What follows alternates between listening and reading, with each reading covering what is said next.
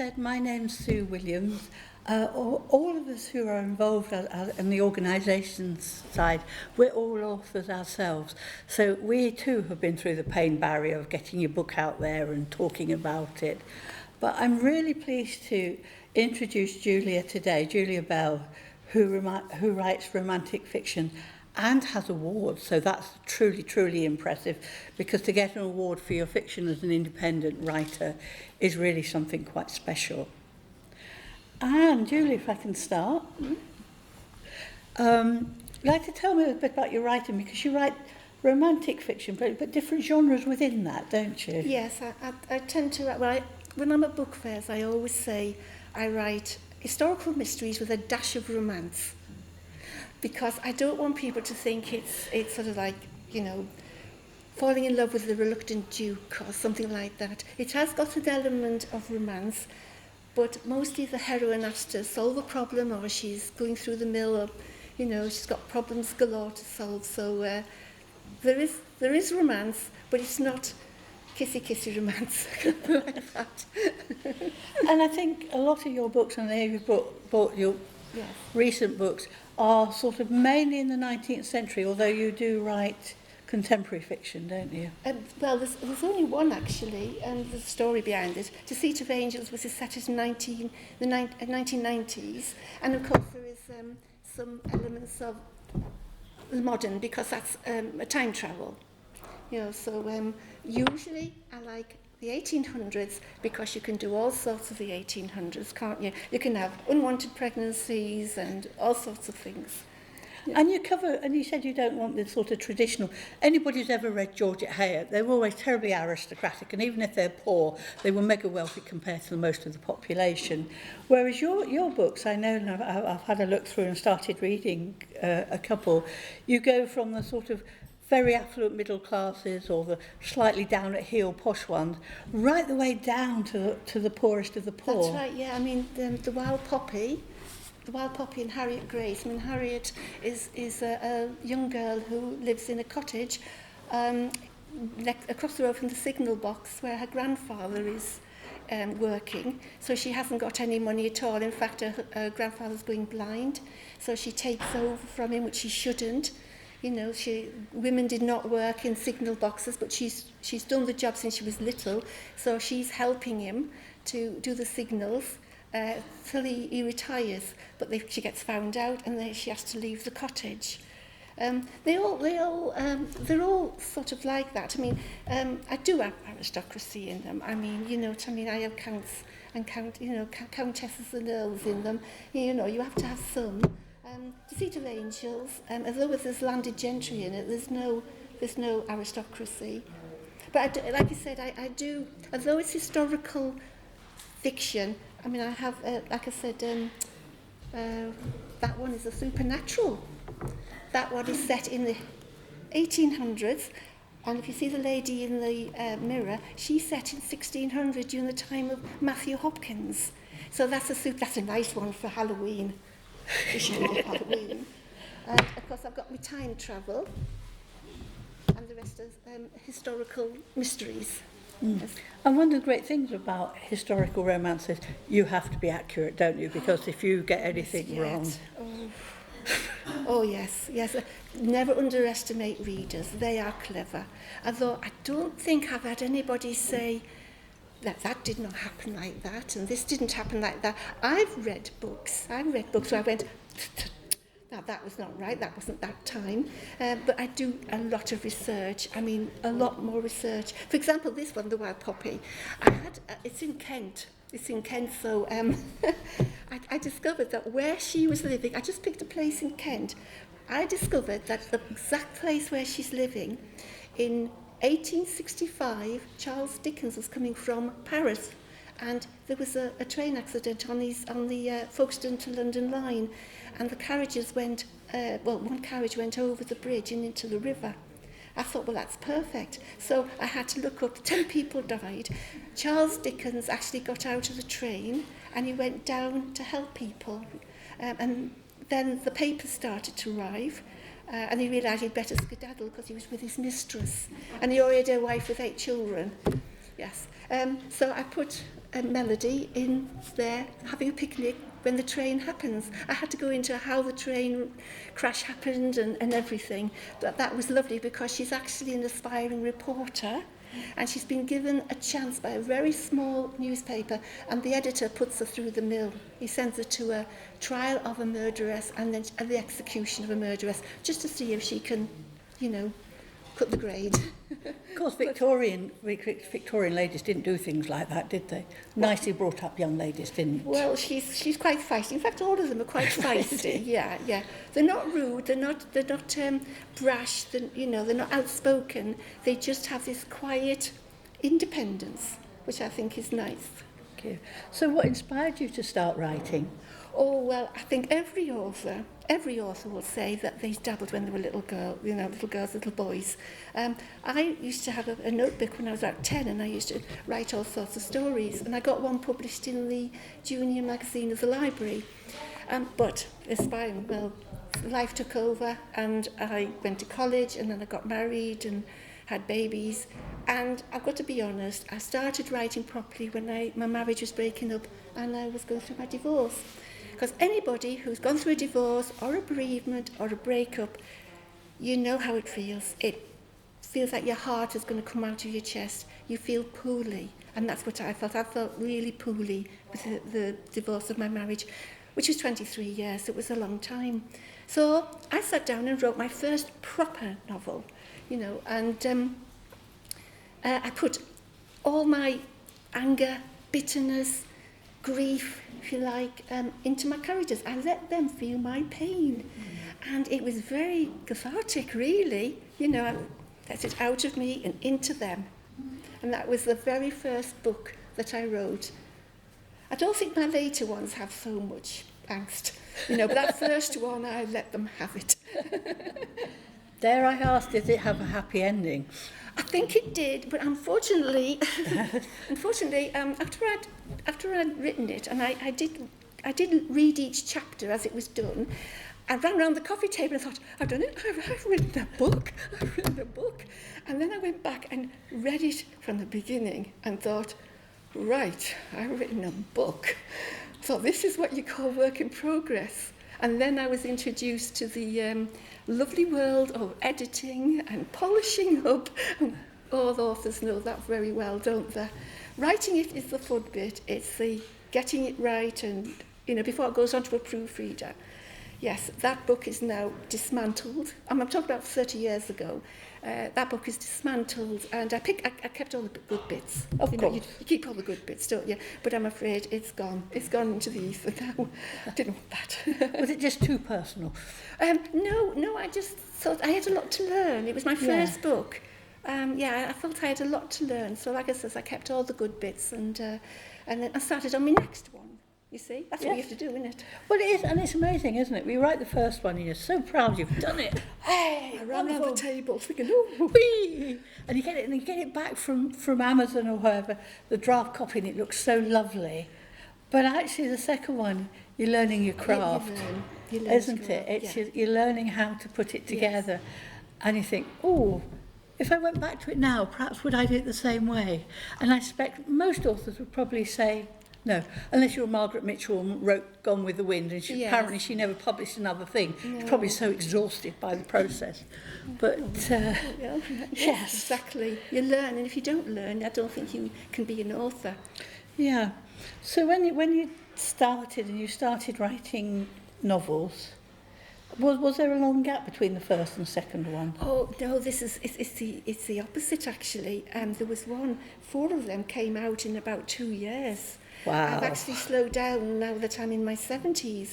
You do, don't you? Get slower, So now I'm sort of writing like every 2 years. But at the beginning, the ideas were coming out of me. Now, I've done 13, you see. This is 7 paperbacks, but I've actually written 13, and they all start as e-books, you see. So after 13, I'm thinking, well, I don't want to repeat myself, so I leave it longer. I leave it longer to settle. So my last one was last Christmas, so I'm still on a bit of a sabbatical at the moment. And Is that one of the challenges when you're writing? They're not a series of books as such, are No, they? not a series, no. But you're covering, I suppose, some of the same themes in your books Well, this is the and trying to make it fresh fresher. for you and the reader. That's right, but it depends what grabs me. This picture here, that was on my computer for about 10 years. And I forgot about it, and I was doing some housekeeping, and I saw this, and suddenly the first chapter came into my mind, just by looking at that picture. I just knew, you know, she's sitting there, and she's got her head in her hands, and with a hairnet, I thought 1860s, and that first chapter, and then after that, it kind of flowed. And I can, I don't know, be on a bus or a train and be listening to somebody behind me. Be careful what you say to me. I might write it down and put it in my novel. I love listening into conversations because that does it as well. I've even been in Ossett Market and I've passed a couple and the woman's been going, I told you not to do that to her husband. And I want to go up to her and I say, what did he do? Go and tell me, what did he do? You know, so any conversations I hear or anything, any pictures, anything can inspire me. But you, like you said, you've got to make it different. You can't, you know, I like somebody to say, have you read the new book by Julia Bell, rather than have you read the new Julia Bell? Because, you know, that sounds like it's more of the same. It's more of the same again and again, isn't it? And it's quite funny what you're saying, because I'm afraid I listen in buses and trains as well. And I was writing a pantomime once, because I like comedy. And I was struggling because we weren't having the traditional 7 dwarfs, we were having 7 ladies of a certain age. And I needed good comical sounding names. I mean, I do apologise if this is your name, but we were on holiday and this man, again, couple, said, come along, Beryl. That's the name I need. So Beryl she was. So if anybody's called Beryl here, I do apologise. It's quite an old-fashioned name. You don't hear it very often. So when you've actually, you know, you're ready to, you've done all your tidying up. What was it like the first time you sort of looked at getting your books published? Oh, well, it's got a history, actually, because I used to do them and everything. It's all done. And then it used to get sent to my son, and is he here? Do you know him? You don't know my son, do you? Only by repute. Please don't. Anyway, I used to send it to him, and he used to do everything on the computer. And then, don't want to denigrate him or anything, but I got this text one day, and he used to do everything. I used to leave it to him. I'm not very computer-minded or technical. This is, I suppose, why we're doing this. I call myself a techno-numpty. So he did it, and I left it, and I used to go up when he was all done, and we used to press publish on the Kindle Direct Publishing. Then we used to go out for a meal. So it was a nice thing to do. And then one day I got this text saying, this sounds awful, I'm sorry about this, but I can't do your books anymore, Mum. And I stared at it. He'd be mortified of me telling you this. And I said, why? He didn't say, I'll show you what to do, then I'll step back. He just said, I can't do your books anymore. Now, subsequently, I found out that it was his marriage. But I didn't know for many years, actually. And I actually felt dumped. I felt like a cold thing come over me, literally. I'm not telling a lie. I mean, I just went, what? You know, and I thought, what do I do? I was literally out in the cold. And I didn't know whether I should go on writing. I thought, what do I do? It's all, everything is on Amazon. I've got a little 10 books out there. I'm on to my 11th. You know, what shall I do? So shall I tell you what I did? Go on then. Well, I sat back. I don't know why. I thought about the time when I was selling my house. And because I've lived on my own for 30 years, and I was selling my house. And of course, when I was married, my husband did all that, you know. And people said to me in different places, Julia, you're not alone.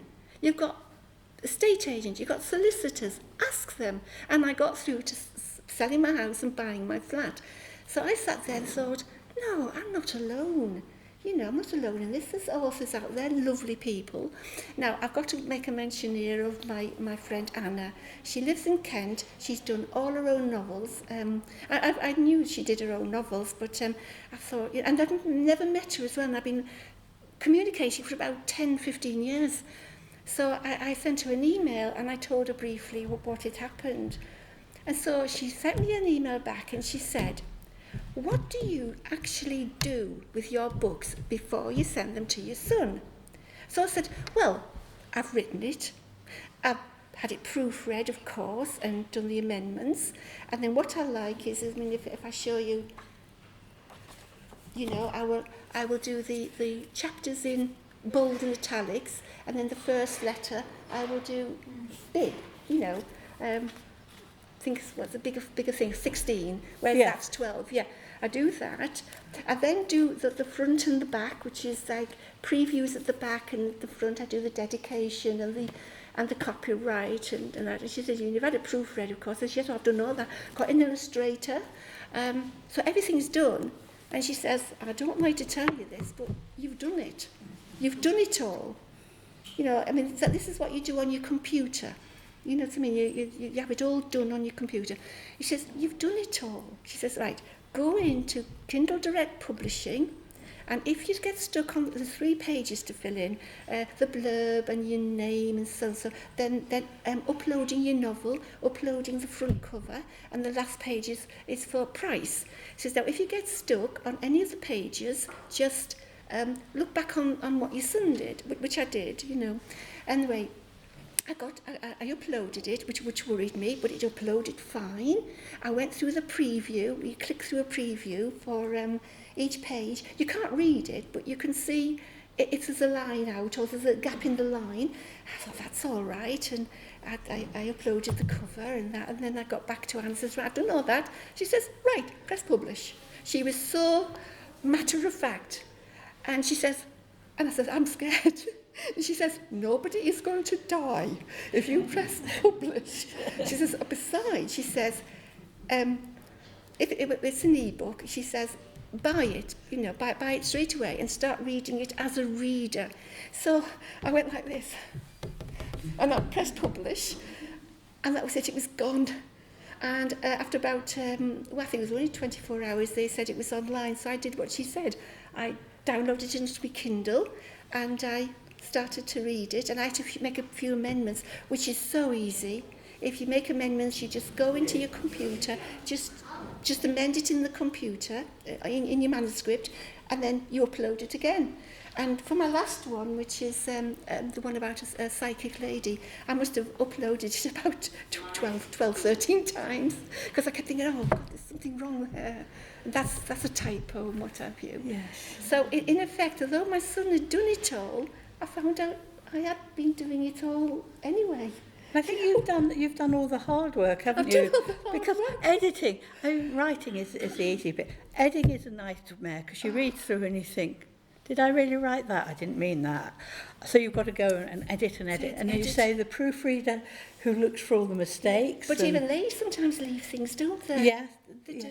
And then you read it again and again, by which time you're thoroughly sick of it. The story, yes. Yeah. So that's probably the hardest part. Part of it, yes. You said you did your own illustrations, so have you used sort of a... Oh, no, I get them done. 10 of them were done by an actual illustrator. Oh, right. She was okay.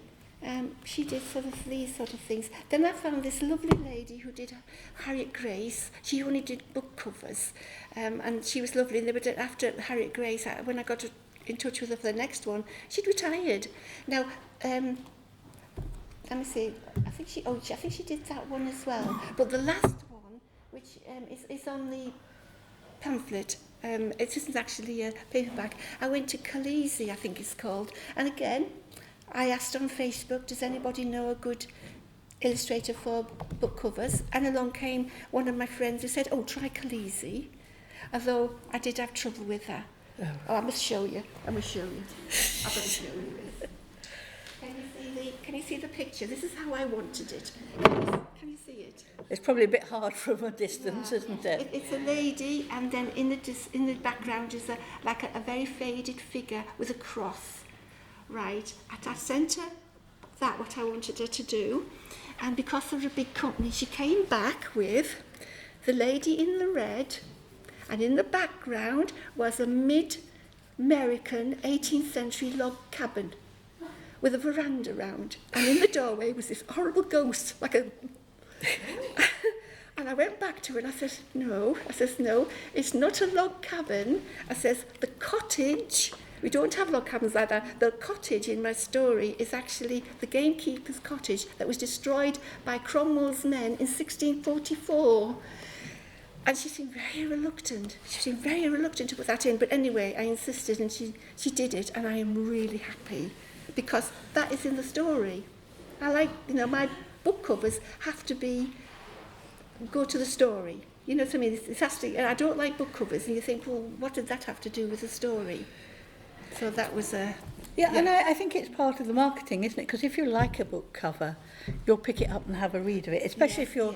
even in a library, isn't it, where you can borrow books. Yes. If the cover doesn't appeal, it goes straight back on the shelf, doesn't it? It does, yes. And so that is so important. Well, every book cover here is even like this one, the wild poppy. Can you see the drawing?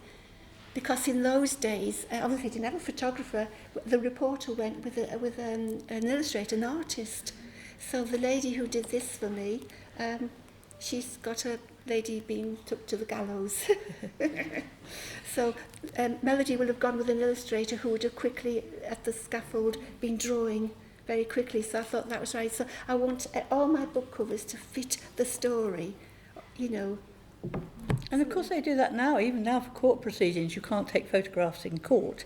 And you have a court... Yeah, exactly. And you see on news, don't you? Yes. There's sort of Yes. sketches Yes. that they do of people sitting in court. Yes. Yes. So that is... Yes. exciting. Have you ever been tempted to use sort of an online, like Canva or one of those? No, Are you're happy with your illustrators? Well, yes, I think it's because I just put on after that lady retired who did Harriet Grace. I said, does anybody know a good one? And this lady said, well, I've used Khaleesi for such a long time.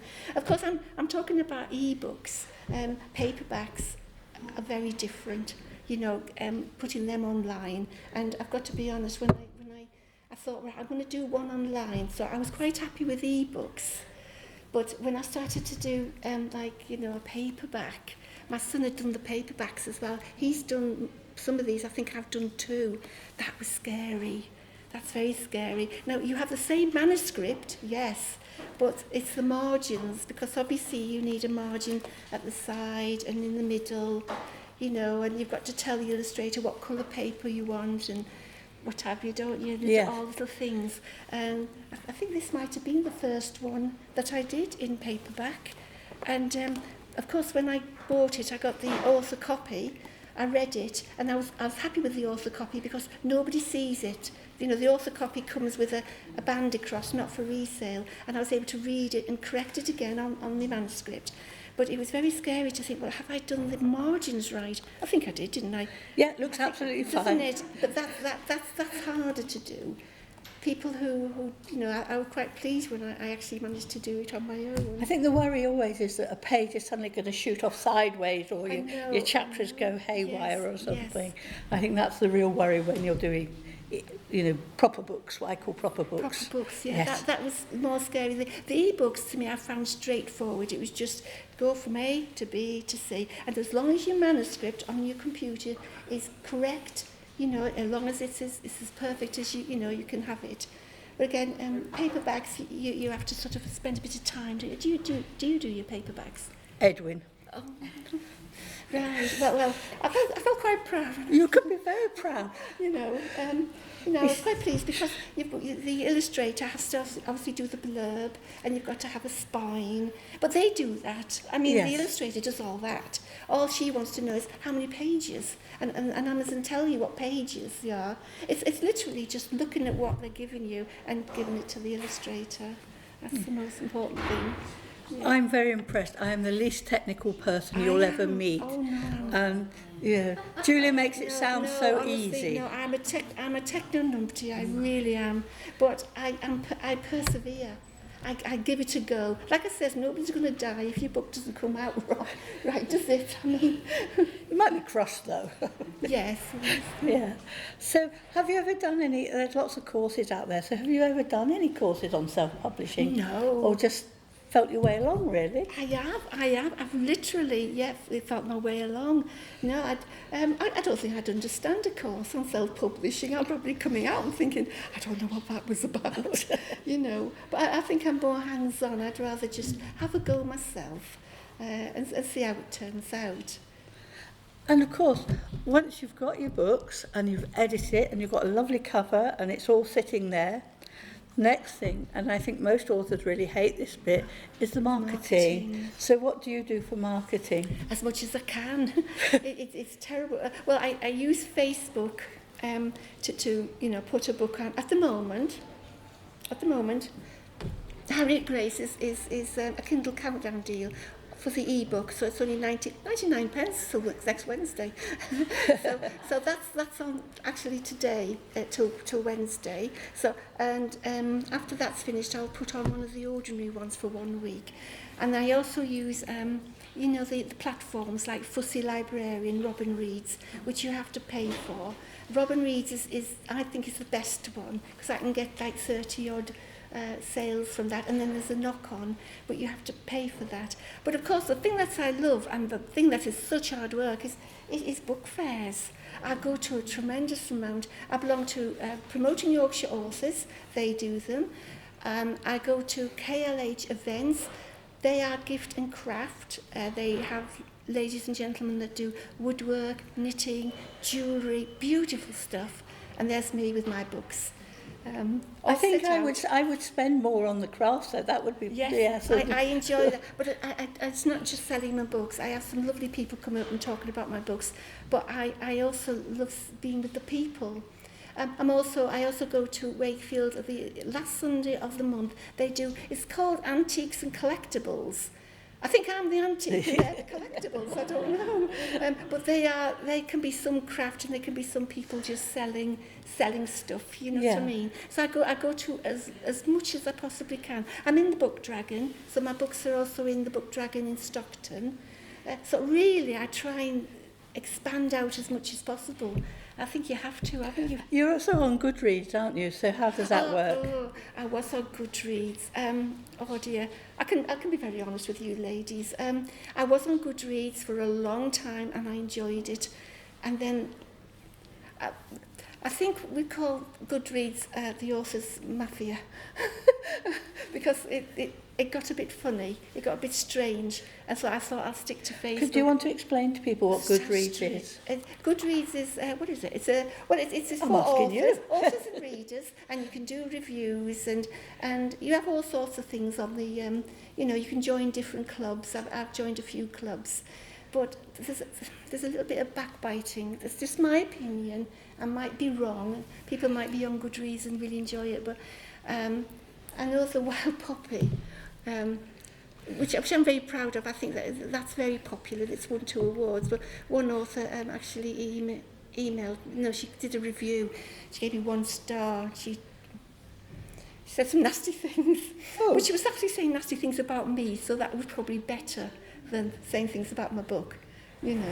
So that's that. And I came out then, and my other friends have had some, backbiting. So it's all right, but you've got to be wary, like you are with Facebook. Yeah. Be wary, with all internet things. Yeah. And I think that's one of the issues, isn't it? Because when you're trying to market your books, you want to be out there as much as possible. Yes. And I know Goodreads is one that's often quoted, you've got to be on Goodreads. I'm not, because I've never got round to it. No. But it is one of the ways it's seen as... I think what it is that you're talking to people who you don't really know. And it like they say, on social media, be careful, even with Goodreads or any club, you don't know the people, so, sort of always be wary. That's why I like book fairs, because I have the same people coming up to me. I've had some lovely experiences. One man came up to me and he said, "Oh, Julia Bell," and I said, "Yes." He says, "I don't want to buy a book. I just want to tell you that my mum loved everyone. She read all your books and she loved them, and she died 3 weeks ago." So I gave him a hug, And then another lady came up. She went, "Oh, there you are." And then she got out her phone. She said, "Right, I want the Wild Poppy for Jean, and I want Broken Blossoms for Sons." I thought, I've never heard that before. And then I had a young girl come up, big smile. She's about 20 odd, big smile. She said, "I'm glad you're here. I think I was in Castleford." And she said, I got Broken Blossoms on my Kindle and I loved it. I said, oh, thank you for coming to tell me. She says, but I want the book. And I thought, Oh, how really? lovely. Do you? She says, why? She says, I want you to sign it and I want to keep it on the bookshelf. She said, and then when she signed it, she went, oh. So I meet some very, very lovely people. So if somebody's a new author, and I suspect there might be one or two budding authors in the audience, Yes. what advice would you give to any new author? What to write or to market? It's about the publishing and the marketing. That's a tough bit. Yeah. Well, for writing, I'd say go for it, give it a try. And for marketing, I would say, I don't want to put Edwin out of business. Has he gone? Oh, he's there. He's listening. He's not missing anything. Don't be fooled. Yeah, don't be worried about getting it published. I mean, you can get companies that do it for you. Sometimes you have to pay money, though. I never had that money, I'm afraid. When they talked about hundreds and hundreds of pounds. To tell you the truth, I'd rather go to Tenerife, you know. But anyway, don't be scared. Kindle Direct Publishing with the Amazon is very straightforward. Like I said, you've got to do all your groundwork first, do everything on your manuscript, front and back matter, your previews, your dedication. You know, all you have to do is take a book off your shelf from anybody, Stephen King if you like, you know, and just look what they do. And the copyright, I just did the same thing. I just copied it out and put, you know, the name of the book. So you have to do all that, make sure it's all perfect how you want it, and then go into Kindle Direct Publishing, open an account, and just see what happens. Just fill in the pages. In fact, Carol isn't here. Carol was going to come, Carol Warham.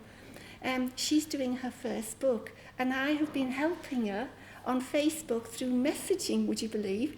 Now, number 1, do this. And so she says, right, I've done that. Number 2, now fill in the second page and upload your manuscript. How do I upload my manuscript? Well, it says upload, doesn't it? And then you go and it gives you your document list. Just find your book and upload it. And upload, you know. So I took her through each page. And then she got to the end, and like me, she said, oh, I think I'm up to publishing now. I says, well, are you happy with everything? I says, and don't forget, with an e-book, you can buy it and then change it. Anyway, she pressed publish, and she says, right, I'm off. But I had to take her through, and we did it messaging on Facebook. I don't know how we did it, not email. Message? Yeah, just a little bit each day. Now do this. Right, are you happy with that? Right, do this next bit. Yeah. Do your books have, as you know, a lot of books have ISBN numbers. Do you put ISBN numbers on your... No, Amazon give you them. Oh, they give you they the give you automatic. They do that e-book automatically. and everything, yeah. And this is good because all these paperbacks are in the library, not this one, but it's in Horbury, Ossett and Wayfield. And you see, when somebody borrows it and goes, you get a couple of pennies. I don't know how many pennies it is, but when I get the account every year, there's sometimes £100-200 on from, you know, the books that have gone through the library. And do you get that through the public lending rights money, or is that from the ALCF? Which stands for Author Licensing? Somebody help me.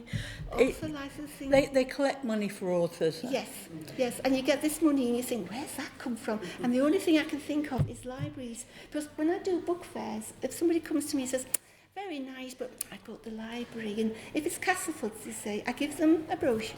I say, go to your library, just say, have you got a book by Julia Bell? And they will ring up Wakefield or Ossett, and they will send them, and they're absolutely delighted. And I don't mind. I mean, I don't get much for it, but I don't think I'm in for the money. I don't think many authors are, to be bluntly honest. No. Thank you. Any questions from the audience? Do you write it on the computer? Oh, yes. Well, I write the main thing on the computer. You know, I mean, when I'm in the throes of it, I'll be sat there, click. But I do have a notebook and pen in my bag, because when I'm on a bus, I might think of something. Oh, right. Or even I might be coming back from the shops, and I might be a bit stuck, and I might think, oh, right, and I'll just stop. I'll just stop the payment, put me back down. Because you have to do that at our age, otherwise it wouldn't last to get home. And I write down quickly, oh yes, they do that. You know, better write it down. Yes, so, but most of it is a computer. So do the books sell on Amazon, or is Amazon just the publishing platform? Oh, it sells, yes, yeah, it sells. But the only problem is that you're up against millions, aren't you? Yes. Millions and millions. You sort of got to, you've got to get a fan base going, you know what I mean? So it is a tough. long time? Yeah, a very long time. Yeah, and I don't even know if I've got one still, because fans are very fickle, aren't they? They go to Could other be. authors, don't they? Could be. Yes, I don't know. I think the other thing about Amazon, you can look and see where your books rank. Yeah. And it's very depressing if you're 500 and something thousandths in the list. I try not to look at that. No, Better exactly, not to but know. my husband does. No. Gentleman over there. Your habit, like me, of writing things down and listen to it. I think the best one I ever heard was in Airsborough, as you do. A museum of chicken diseases, yes, I pay good money for that. My question proper is, how do you actually use your computer? Is it a laptop or is it a desktop? And how many copies do you keep of the manuscript away from the machine? Yeah, I can't use a laptop. I had to go with my son's. It hurt you. Did it hurt your fingers? No, you need to plug in a keyboard. Oh, I see. Well, no, And then you can manage without hitting and sitting. It's something about your hands being up like that, and it hurts. No, I have it on a computer. Now, when it comes to programming, my son-in-law came and updated my whatever, you know, the box thing, you know that, you know. The tower. This is how technical I am, and he updated it to make it, because my computer was about 20 years old, so he's updated it. So what I do is I just, I actually, when I write in 3 chapters at a time, in case you lose anything. So, and it literally be book 11, chapters 1 to 3, book 11, 4 to 6, and so on. And then when it's done and it's all proofread and everything, then I will put it together and I'll put it under the name of the, you know, under the name of the book. That's another file. So I have a working file, and then I have the actual file that I upload to Amazon. So everything's on my computer. It's a very good idea to keep your manuscript in the cloud. I So don't for know. mine, I don't know. you have 3 copies. You have your manuscript on the computer, you email it to yourself, then it's always in the cloud from anywhere in the world, and then it also goes, mine goes into Dropbox, which is free See, storage. that's. So I cannot lose my novel, because I've got it in 2 different places, plus I handwrite all mine anyway, so I've got the manuscript as well. Oh, Yeah. I see. That's a very prudent thing. Yes. I put all mine in email, even if it's chapter by chapter, yes. I don't know anything about the cloud. And also when it comes to your ISBN, yes, Amazon will give you an ISBN under Kindle, but if you buy your own ISBN, you can then have them stocked in an independent bookshop. You can't have them stocked in a shop if it's got an Amazon ISBN. Oh, but mine are in the Book Dragon in Stockton. But they only deal in self-employed, Yes, so yeah. they're not Oh, they only deal with right, self-published. yes, yeah. But I was told that, you know, the other bookshops like Waterstones and that, they only go from the catalogue. Is it Nielsen's catalogue? Is it Gardeners? Yeah, you have to be in that catalogue, don't you? You don't have to be. It depends on your. I mean, mine are all independently published with publishers, but they're not big publishers. Oh, right. And they don't all use Gardeners, and if they don't use Gardeners, then they negotiate independently. with Yes, publishers. yeah. There are different options. I suppose the publisher, though, if you go, oh, I'm so-and-so publisher, that, but whereas, you know, when you're an author on your own, you are very much on your own, aren't you? It can feel quite lonely, can't it? Can feel very lonely when you know, Yeah. sometimes it can. I mean, I've learned to live with it now. I'm quite happy, you know, quite happy with Do you it. post your copies to the British Library? No. There is a legal requirement that all independent people, anybody that writes a book, publishes a book, and has an ISBN, a copy must be in the British Library. You are obliged to send one to the British Library. And then Do you they do get that? their full eternity. Yeah. No, I've never done that. Am I Gentlemen, illegal? gentleman at the back there. Having been a former employee of the British Library and National Bibliographic Service, you can write direct or phone them up and they'll give you an ISBN over the phone. Oh, right. Well, that's really useful to know, isn't it? Yeah, And then, that's great. thank you. Yes. Thank you. It's all different ways. Theoretically, if you wanted your book to appear in the national catalogues, the major copyright libraries, you have to send 3 copies, but you should Yes, National Library yes, of Scotland, yeah. Trinity College Dublin, BL, and the other is Oxford and Cambridge. Right, Where I sent Oh, out. right. Yeah. Yeah. Thank you. Are there any other questions? Lady there. This is a really embarrassing, stupid question, but when you upload it and you send it through Amazon and people buy it to download it onto their Kindle, do you sometimes just do that with a book and not actually publish a hard copy? Or do you always do both? Yeah, well, when I go to book fairs, the 7 I've got plus 3 copies, that's 21 books in that bag on buses, sometimes 2 buses. So I've got 13, the 13 e-books, and then of them I picked 7 to do paperback, my best ones. Well, they're all best, aren't they? The ones that I thought would, be interesting, and they're the ones I take. Which ones to publish? How Yeah. do you decide? Can you tell how many people? How many to put in paperback, you mean? Yes. Well, do you know, it was hard. It's like saying who's your favourite child. Yes, I picked 7 of different genres, well, not genres, they're all the same genre, but okay, I'll do a family saga, I'll do a modern one, I'll do a supernatural, I'll do a time travel, a little taste of them. But like I said, at the back of this is all books. So, it really was hard to choose, but you have to choose because I haven't got a car, so I'm limited to what I can carry. Why don't you issue them all as paperbacks, even if you don't carry them around, they're then available. It's not going to cost you any extra. I suppose I could. I've been going to quite a few book fairs now with these books. So I think, but They're yeah. going to be available online as Yeah. a paperback, even if you didn't want to have them because yourself Yeah, and carry them around, you could still have them all. They're a bit expensive online, actually. I mean, that one there, I sell them a lot cheaper at book fairs than they are on Amazon. You should buy yours, of course. Yes, I do, yeah. Yeah, so at book fairs I can make a Yorkshire price because, I think Yorkshire people like a deal.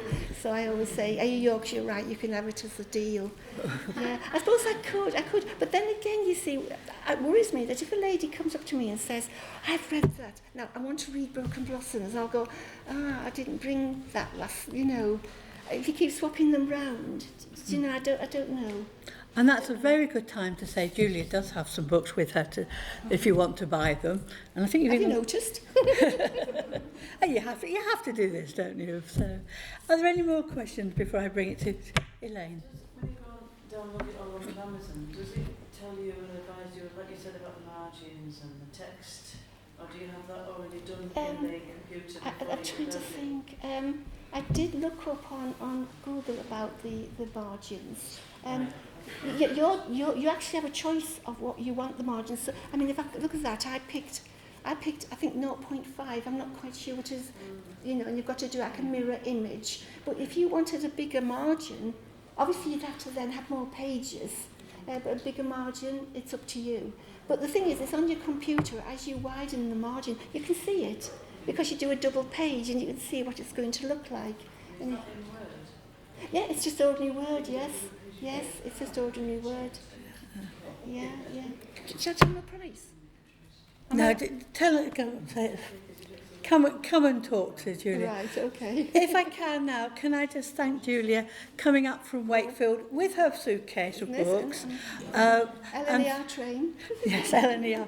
And thank you for coming. It's been really helpful. If you want to come have a chat afterwards, please feel free. But thank you. Okay.